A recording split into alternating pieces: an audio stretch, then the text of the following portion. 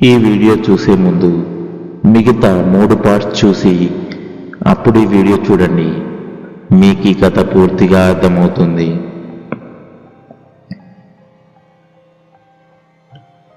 మంచి ముహూర్తం చూసి విజయ్ని యువరాజుగా పట్టాభిషేకం చేస్తాం, ఇంతటితో సమావేశం ముగిసింది అని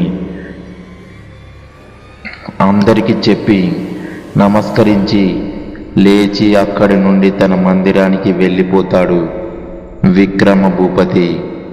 ప్రజలు కూడా అక్కడి నుండి యువరాజు గురించి మాట్లాడుకుంటూ వెళ్ళిపోతారు. అక్కడ 2 కళ్ళు కోపంగా చూసి అక్కడి నుండి పక్క రాజ్యమైన కంబోజాకి వెళ్ళి అక్కడ రాజైన శత్రుదేవునికి ఇక్కడ జరిగిందంతా చెప్తాడు. శత్రుదేవుడు కోపంగా, రే విక్రమ భూపతి, నా నుండి నీ దేవయానిని దూరం చేసి నువ్వు నీ కొడుకుని యువరాజుగా పట్టాభిషేకం చేస్తుంటే చూస్తూ ఊరికే ఉంటాను అనుకున్నావా? చెయ్యి, కొద్ది రోజులు సంతోషంగా ఉండు. ఆ తర్వాత నీ కొడుకుని నీ నుండి దూరం చెయ్యకపోతే నేను శత్రుదేవుడునే కాను. నువ్వు ఏడుస్తూ నీ కొడుకు కోసం పిచ్చివాడిలా బాధపడుతుంటే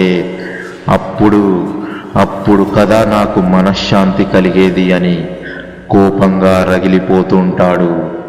తర్వాత ఒక భటుడిని పిలిచి ఈ అమ్మాయిని తీసుకురా అని ఒక చిత్రపటం ఇస్తాడు. ఆ భటుడు అలాగే అని నమస్కరించి ఆ అమ్మాయిని తీసుకురావడానికి ఆ గ్రామం వెళ్తాడు.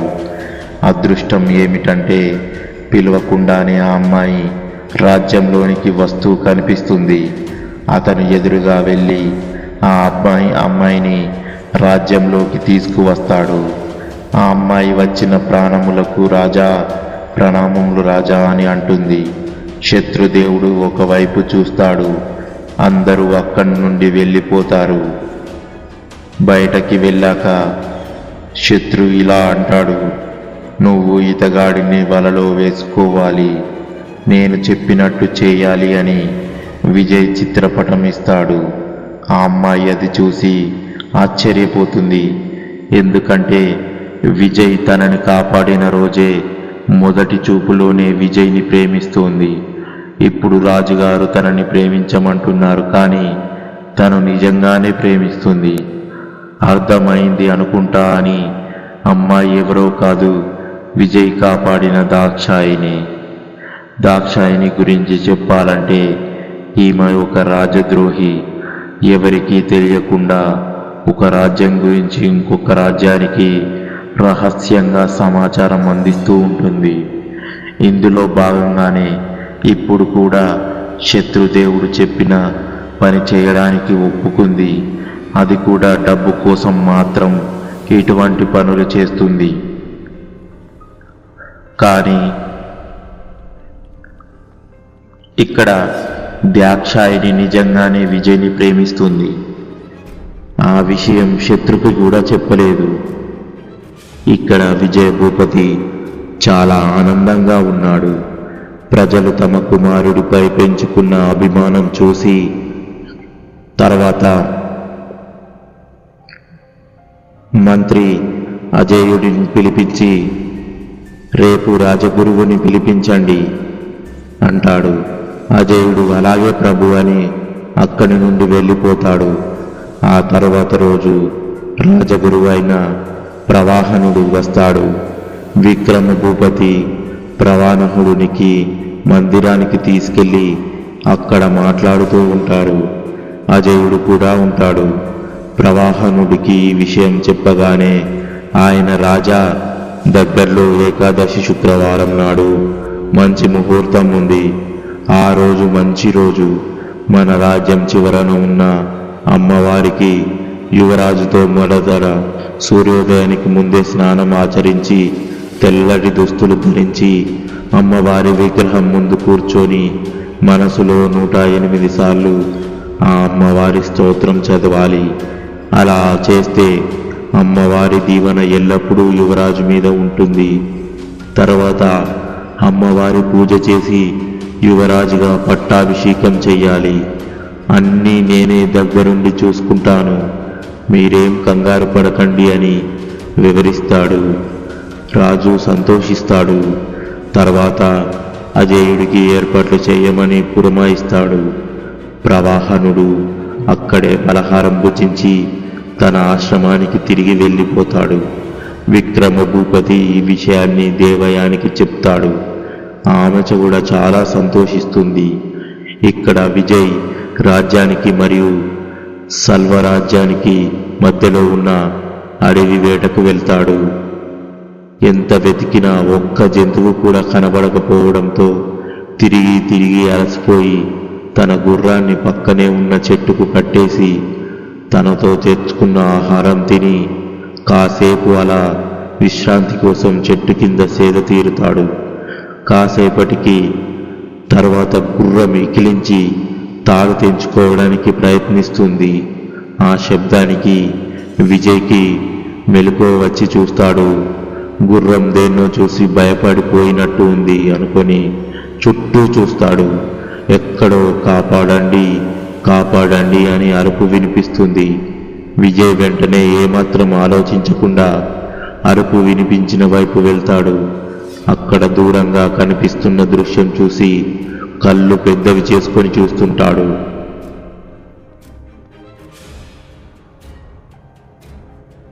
ఆ రెండు కళ్ళు శత్రుదేవుడి గూఢచారివి. రహస్యంగా అక్కడికి సైనికుడిగా చేరి అక్కడి విషయాలు ఇక్కడికి చేరుస్తుంటాడు.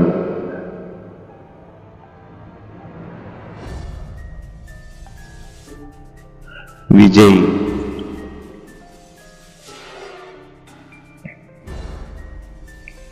ఒక్క క్షణం కూడా ఆలోచించకుండా తన ఊరలోని కత్తిని తీసి అరుపు వినిపించిన వైపు వెళ్తాడు. అక్కడ ఒక అమ్మాయిని పులి వెంటాడుతూ ఉంటుంది. ఆ అమ్మాయి ప్రాణభయంతో పరిగెడుతూ ఉంది. ఆ దృశ్యం చూసి షాక్ అవుతాడు. తరువాత తేరుకొని వేగంగా ఆ అమ్మాయి వైపు పరిగెత్తుతుంటాడు. ఆ అమ్మాయి వచ్చి విజయ్ వెనక తన భుజం చేయి వేసి భయపడుతూ ఉంటుంది. విజయ్ కత్తి పట్టుకొని పులి వైపు వెళ్తుంటాడు. పులి భయంతో అటు నుండి అటే పారిపోతుంది. విజయ్కి ఇదంతా వింతగా తోస్తుంది. పులి మనుషుల్ని చూసి పారిపోవడం ఏంటని అనుకొని తర్వాత ఆ అమ్మాయి వైపు తిరుగుతాడు. ఆ అమ్మాయి అప్పుడే కళ్ళు తిరిగి పడిపోతుంది. విజయ్ కంగారుగా ఆ అమ్మాయిని లేపుతాడు, కానీ ఆమె అస్సలు లేవలేదు. ఇక చేసేదేం లేక తనని ఎత్తుకొని గుర్రం కట్టేసిన చోటుకు తీసుకువెళతాడు. ఆ అమ్మాయి ఒక్క కన్ను తెరిచి విజయ్ని నవ్వుతూ చూస్తుంది. విజయ్ ఆ అమ్మాయిని కింద పడుకోబెట్టి పక్కనే ఉన్న నదిలో నీరు తెచ్చి ఆ అమ్మాయి మొహం మీద చల్లుతాడు. ఆ అమ్మాయి మెల్లగా కళ్ళు తెరిచినట్టు నటిస్తూ లేచి చుట్టూ చూస్తుంది.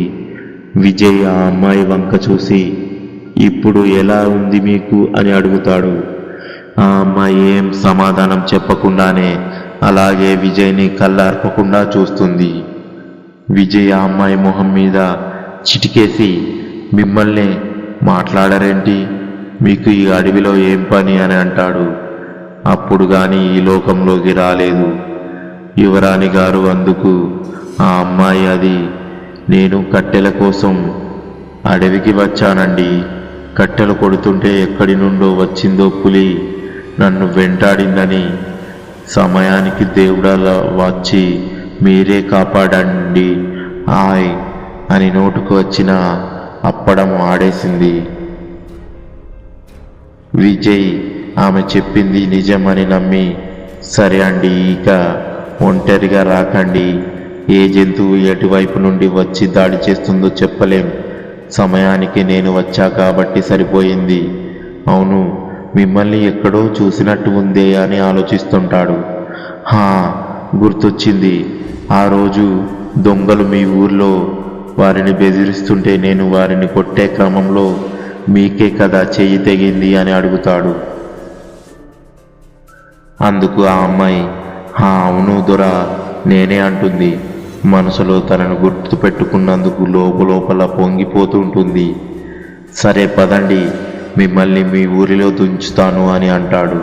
అందుకు ఆ అమ్మాయి మహా నటి లెవెల్లో నటించేస్తూ, అయ్యో దొరా, మీరు రాజులు, మేము పేదింటోలం, నేను మీతో పాటు వస్తే నలుగురు నాలుగు రకాలుగా అనుకుంటారు. అలాగా మిమ్మల్ని ఒంటరిగా ఇక్కడ వదిలేసి నేను వెళ్ళలేను. నా ప్రజలను కాపాడుకోవడం రాజుగా నా బాధ్యత. ఇంకేం మాట్లాడకుండా నాతో పాటు రండి, మిమ్మల్ని మీ ఊరి చివర దించుతాను అని ఆమె అతని గుర్రాన్ని తెస్తాడు. ఇద్దరు అక్కడి నుండే గుర్రం మీద వెళ్ళిపోతారు. అప్పుడు వరకు పొదల్లో దాక్కొని ఇదంతా చూస్తున్న గూఢచారుడు తమ రాజు వేసిన ప్రణాళిక పనిచేస్తున్నందుకు సంతోషంగా ఈ విషయం శత్రుసేనుడికి చేర్చాడు. ఇప్పటికి మీకు అర్థమై ఉంటుందనుకుంటా ఆ అమ్మాయి ఎవరో. తనే మన స్టోరీలో విలన్, దయ్యం. నా sister smiley queen friend Dakshayini. Vijay Dakshayini ఉరి చివర విడిచిపెట్టి మరోమారు జాగ్రత్తలు చెప్పి అక్కడ నుండి తమ రాజ్యానికి వెళ్తున్న విజయ్ వైపు దాక్షాయిని ఒక విషపు నవ్వు నవ్వి అక్కడి నుండి నడుచుకుంటూ తన ఇంటికి వెళ్ళిపోతుంది. ఇక్కడ గూఢచారుడు చెప్పింది విన్న శత్రుసేనుడు తనలో తానే నవ్వుకుంటూ తమ పాచిక పారినందుకు సంతోషిస్తూ మనసులో, రే విక్రమ భూపతి, ఎవరిని చూసుకొని ఇంత ఆనందంగా ఉన్నావో వాళ్ళనే తొందరలో నీ నుండి దూరం చేస్తా. అలా చెయ్యకపోతే నేను శత్రుసేనుడునే కాదు, అందుకు సిద్ధంగా ఉండు. తొందరలోనే నా పగ తీరబోతుంది అని మనసులో అనుకుంటాడు. ఇలా రోజులు గడిచిపోతుంటాయి. దాక్షాయిని విజయ్ని తన వలలో వేసుకోవటానికి నానా తిప్పలు పడుతూ ఉంటుంది. ఈమెకు శత్రుసేనుడు అతని గూఢచారులు సమయం చేస్తూ పన్నాగాలు వేస్తూ ఉంటారు. కానీ విజయ్ మాత్రం అవేవి పట్టించుకోకుండా ప్రజల కష్టాలు తెలుసుకొని అవి తీరుస్తూ తండ్రికి తగ్గ తనయుడిగా ప్రజలలో అభిమానం చూరగొన్నాడు. తన కొడుకుని చూసి విక్రమ భూపతి దంపతులు చాలా సంతోషించేవారు. వీళ్ళ సంతోషంగా ఉండడం చూడలేని శత్రుసేనుడు దాక్షాయినిపై తీవ్రమైన ఒత్తిడి పెంచసాగాడు. త్వరగా విజయ్ని తన వైపు తిప్పుకొమ్మని. ఇలా ఎవరి పనిలో వాళ్ళు ఉన్నారు. ఇలా రోజులు గడుస్తున్నాయి. అందరూ అనుకున్న రోజు రానే వచ్చింది.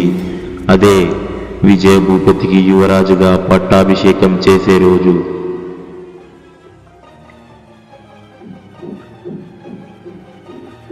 దాక్షాయిని విజయ్ని తన వలలో వేసుకోవడానికి నానా తిప్పలు పడుతూ ఉంటుంది.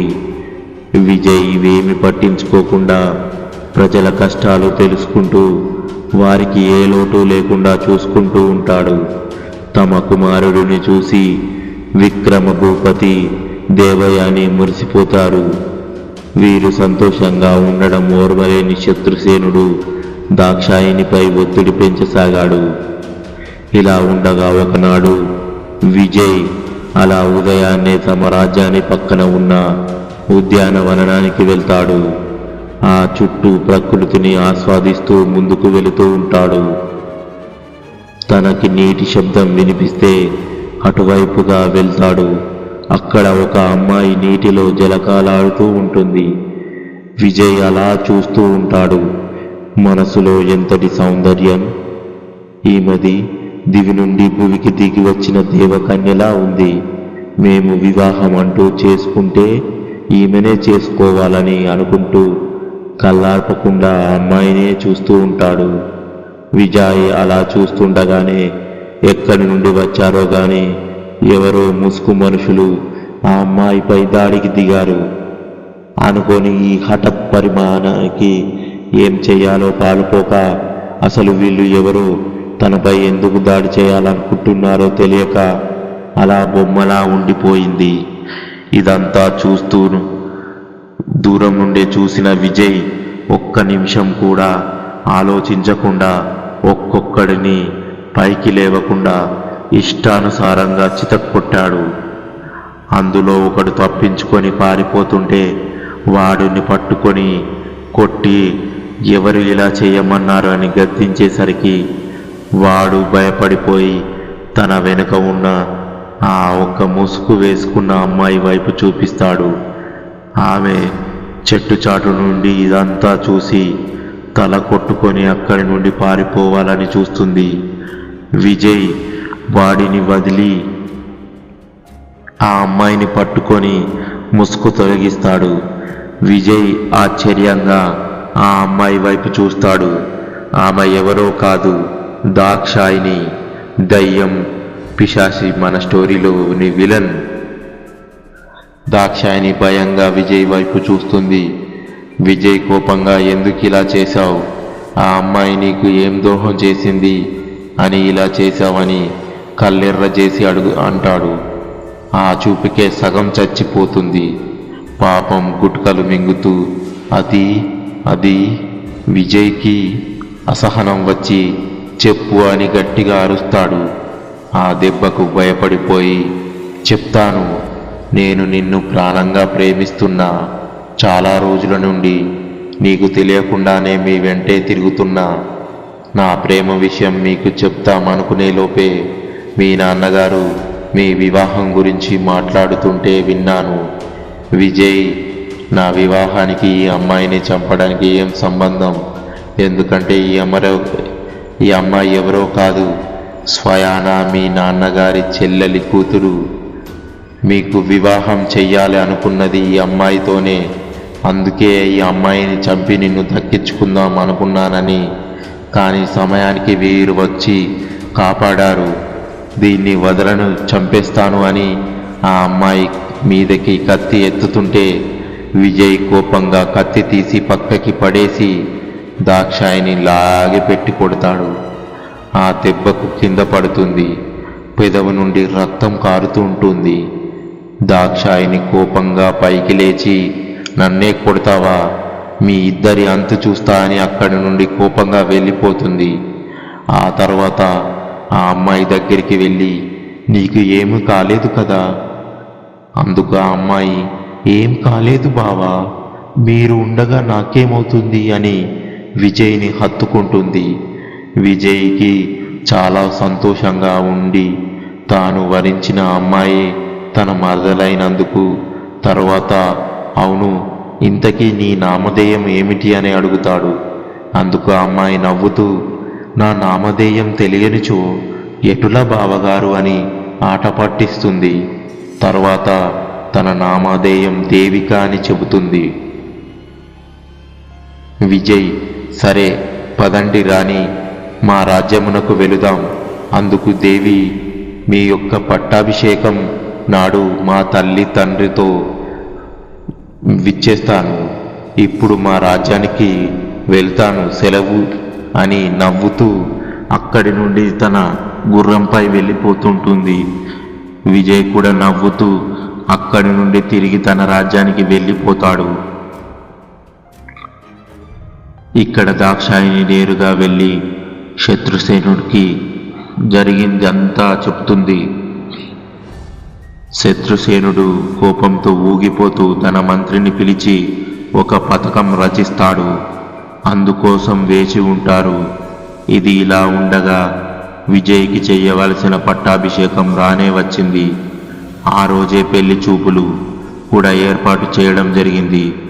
రాజ్యం మొత్తం ఎటు చూసినా పూలదండలతో ఎంతో ఆనందంగా అందంగా అలంకరిస్తారు. విజయ భూపతి సూర్యోదయం లేచి స్నానం ఆచరించి తెల్లటి దుస్తులు ధరించి తమ రాజ్యానికి చివర ఉన్న అమ్మవారి గుడికి తానొక్కడే నలిచి వెళ్తాడు. అప్పటికే అక్కడ ప్రవాహనుడు ఉంటాడు. ఆయనకు నమస్కరించి అక్కడ కోనేటిలో మునిగి తడిబట్టలతో అమ్మవారికి జలాభిషేకం చేసి తర్వాత అమ్మవారి ముందు కూర్చొని నిష్ఠగా అమ్మవారికి స్తోత్రం ఆపకుండా 108 సార్లు పఠిస్తాడు. తర్వాత విజయ్తో హోమం జరిపిస్తాడు. ఇదంతా అయిపోయిన తర్వాత అమ్మవారికి నమస్కరించి అమ్మవారి పాదాల వద్ద ఉంచిన ఖడ్గం తీసి విజయ భూపతికి ఇస్తూ నాయనా, అమ్మ ఆశీస్సులు నీకు ఎప్పుడూ ఎల్లప్పుడూ ఉంటాయి. నీ వద్ద ఈ ఖడ్గం ఉంచు అని ఇచ్చి తిరిగి ఇద్దరు నమస్కరిస్తారు. ఈ తంతు అంతా ముగిసిపోయేసరికి చాలా ఆలస్యమవుతుంది. తర్వాత ఇద్దరు తమ రాజ్యానికి వెళ్తారు.